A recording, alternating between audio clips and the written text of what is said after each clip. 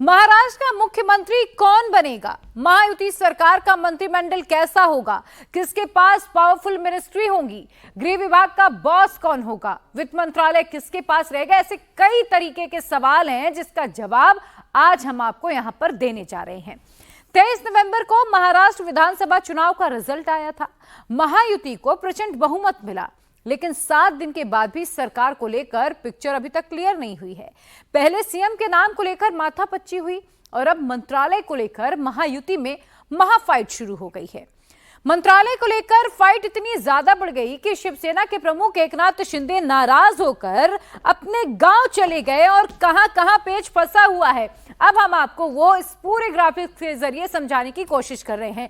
कब बनेगी महाराष्ट्र में नई सरकार? ये सवाल इस वक्त हर किसी के मन में है। गृह मंत्रालय छोड़ने के लिए बीजेपी तैयार नहीं है। डिप्टी सीएम देवेंद्र फडणवीस पिछली सरकार में रहे हैं और उन्हीं के पास ये मंत्रालय रहा है, यानी कि बीजेपी अब जब अपना सीएम बनाने जा रही है तो फिलहाल गृह मंत्रालय शिंदे को देने के लिए तैयार नहीं है।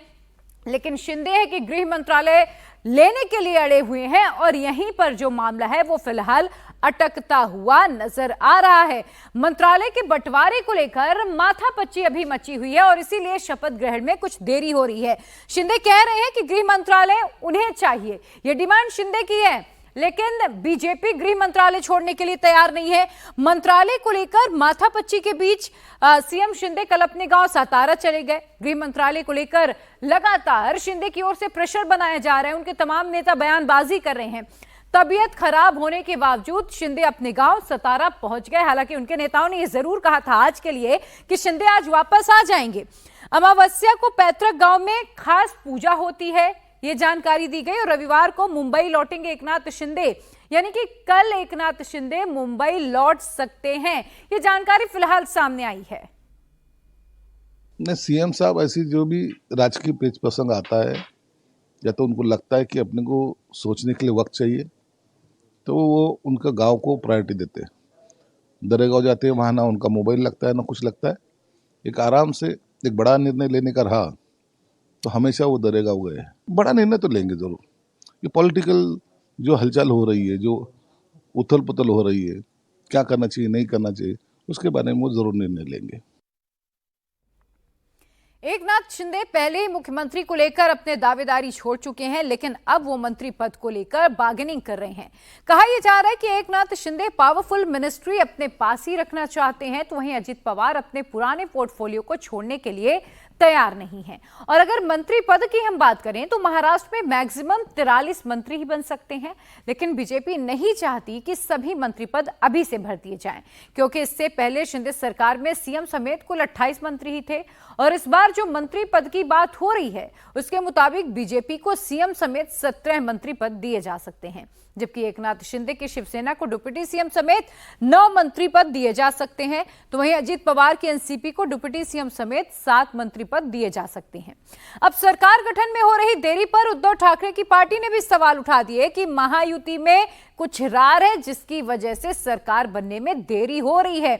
यह उद्धव ठाकरे की पार्टी ने भी सवाल उठा दिया है। भारतीय जनता पार्टी की ऐसी क्या मजबूरी है? इतनी बड़ी पार्टी, नरेंद्र मोदी जी, अमित शाह जैसे बलशाली नेता, जो अगर उनका कोई आदेश आता है तो सब मानते हैं, मानना पड़ता है, लोग उनसे डरते भी हैं। फिर भी 8 दिन का समय बीत चुका है, अभी तक पूरा बहुमत होने के बावजूद महाराष्ट्र को मुख्यमंत्री क्यों नहीं मिल पा रहा है? 132 लगभग 140 विधायक है बीजेपी के पास, यानी लगभग बहुमत है। उनके साथी है उनके पास, किसी के पास 60 है, किसी के पास 40 है। अब देखिए, महाराष्ट्र में मंत्रालय के बंटवारे में पेच पावरफुल मिनिस्ट्री को लेकर फंसा है। बीजेपी अपने पास गृह मंत्रालय और अर्बन डेवलपमेंट रखना चाहती है और शिवसेना को पीडब्ल्यूडी दे रही है, जबकि अजित पवार को डिप्टी सीएम के साथ साथ वित्त मंत्रालय भी देना चाह रही है। बीजेपी का यह दावा है कि जब देवेंद्र फडणवीस 2014 में मुख्यमंत्री भी बने थे तो गृह मंत्रालय उनके ही पास था। जब एकनाथ शिंदे सीएम बने तो गृह मंत्रालय डिप्टी सीएम फडणवीस के पास था। और इतना ही नहीं, जब महाविकास आघाड़ी की सरकार थी तो भी गृह मंत्रालय भी शरद पवार की पार्टी के पास था। और ऐसे में अब शिवसेना ये दावा ठोक रही है कि गृह मंत्रालय डिप्टी सीएम के पास ही होना चाहिए। हालांकि बीजेपी इसको देने के लिए तैयार नहीं हो रही है। लास्ट गवर्नमेंट का अगर फॉर्मूला देखें तो डिप्टी सीएम जो रहते हैं उनके पास होम डिपार्टमेंट रहा है। ऐसी लास्ट गवर्नमेंट का पोर्टफोलियो का डिस्ट्रीब्यूशन हुआ था। लेकिन ये गवर्नमेंट में जो भी डिस्ट्रीब्यूशन करना है, जो भी सीट शेयरिंग करनी है, जो पोर्टफोलियो किसके पार्टी के पास आएगा, इसका फैसला ये हमारे जो 3 नेता है, अभी 2 नेता तो चुन गए हैं पार्टी के, तीसरे बीजेपी के अगर नेता चुन जाते हैं मंडे को, तो ये तीनों साथ में बैठेंगे और हमारे महायुति के जो सेंट्रल लीडरशिप है वो सेंट्रल लीडरशिप से डिस्कशन करके सलाह मशवरा करके इसके ऊपर भी जरूर जल्दी ही सॉल्यूशन निकलेगा।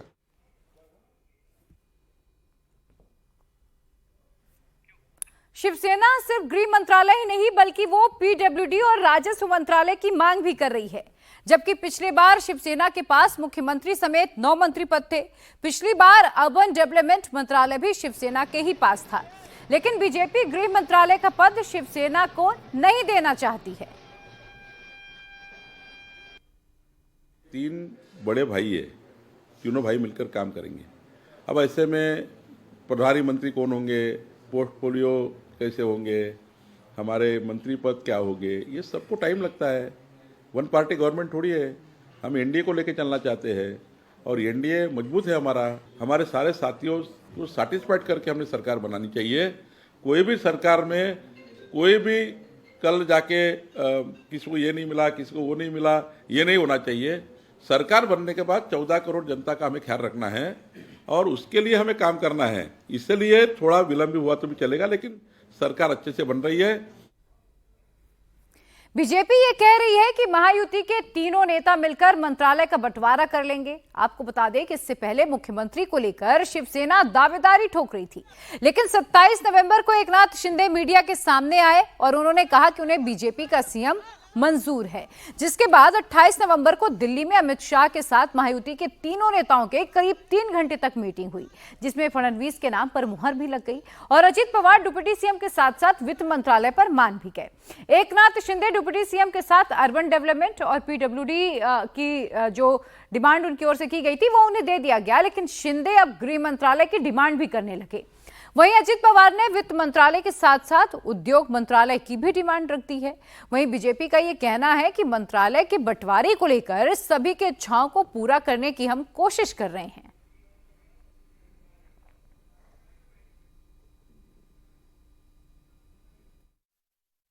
प्रत्येकाची इच्छा पूर्ण करण्याचा प्रयत्न होईल आणि कुठे काही कमी जास्त राहिलंच तर ते कोणत्या ना कोणत्या माध्यमातून कॉम्पेन्सेट करत खुर्चीसाठी नाही, महाराष्ट्राच्या हितासाठी हे तीनही नेते जीव लावून काम करेल।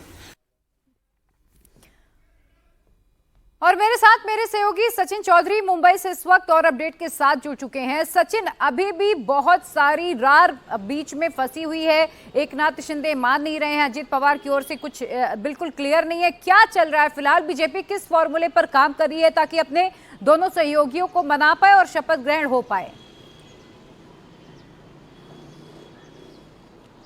देखिए प्रिया, बीजेपी और एनसीपी में ज़्यादा कोई दिक्कत नहीं है। ये तो साफ है कि देवेंद्र फडणवीस जो है वो मुख्यमंत्री पद का चेहरा होंगे। विधायक दल के बैठक में उनका चयन करने की औपचारिकता पूरी की जाएगी। 2 दिन के बाद उनके पर्यवेक्षक मुंबई में आएंगे और अजित पवार का डिप्टी सीएम बनना वित्त मंत्रालय वो चाहते थे, वो उनको दे दिया गया है, उस पर सहमति बन गई है। बात है सीएम शिंदे और बीजेपी के बीच की, और वो भी मसला फंसा है गृह विभाग को लेकर, क्योंकि शिंदे चाहते हैं कि डिप्टी सीएम जब देवेंद्र फडणवीस थे तो उनके पास होम डिपार्टमेंट था और वो कह रहे कि अगर मैं डिप्टी सीएम बनता हूं तो मुझे गृह मंत्रालय चाहिए, तभी मैं डिप्टी सीएम बनूंगा। इस मांग पर वो अड़े हुए हैं और यही कारण है कि यहीं पर पेच फंसा हुआ है। बीजेपी उन्हें शहरी विकास मंत्रालय मांग रहे थे, जो कि मुख्यमंत्री जब वो थे तो उन्हीं के पास था, तो बीजेपी उसके लिए भी राजी हो गई है। अर्बन डेवलपमेंट डिपार्टमेंट उनको देने के लिए राजी हो गई है। पहले बीजेपी कह रही थी कि चलो अर्बन डेवलपमेंट हमें दे दीजिए और उसके बदले में आप राजस्व जैसा बड़ा मंत्रालय जो है एक्सचेंज कर सकते हैं, लेकिन शिंदे नहीं माने। तो बीजेपी कह रही कि चलो ठीक है, आप जो है शहरी विकास मंत्रालय रख लीजिए। लेकिन शिंदे ने अब जब होम डिपार्टमेंट की मांग कर दी है, जो कि बीजेपी के लिए बहुत जी। मानने के लिए, समझौता करने के लिए बहुत मुश्किल होगा, और बीजेपी सूत्रों का यह कहना है कि बीजेपी इस पर समझौता नहीं करेगी। शिंदे जब 2 दिन के बाद 17 से लौट आएंगे, कल शाम तक वो लौट आएंगे, तो उसके बाद उनसे बातचीत की जाएगी, क्योंकि शिंदे की पार्टी के नेता, वरिष्ठ नेता और मंत्री भी ये कह रहे हैं कि शिंदे को सरकार में मुख्यमंत्री बनना चाहिए, सरकार का हिस्सा उन्हें बनना चाहिए। अब शिंदे क्या गृह मंत्री के बिना अर्बन डेवलपमेंट और उप मुख्यमंत्री पर मान जाते हैं, ये सबसे बड़ा सवाल है। लेकिन बीजेपी के सूत्रों का कहना है कि वो अमित शाह की बात या बीजेपी के शीर्ष नेतृत्व की बात नहीं टालेंगे, शिंदे सरकार का हिस्सा बनेंगे और उनको शहरी विकास मंत्रालय दिया जाएगा। बिल्कुल सचिन, और ये भी कहीं ना कहीं शिंदे भी खुद भी जानते हैं कि उनके पास बहुत ज्यादा बार्गेनिंग करने के चांसेस हैं नहीं, इसीलिए उन्हें कहीं ना कहीं मानना पड़ेगा भी। बहुत शुक्रिया सचिन फिलहाल आपका तमाम अपडेट के लिए।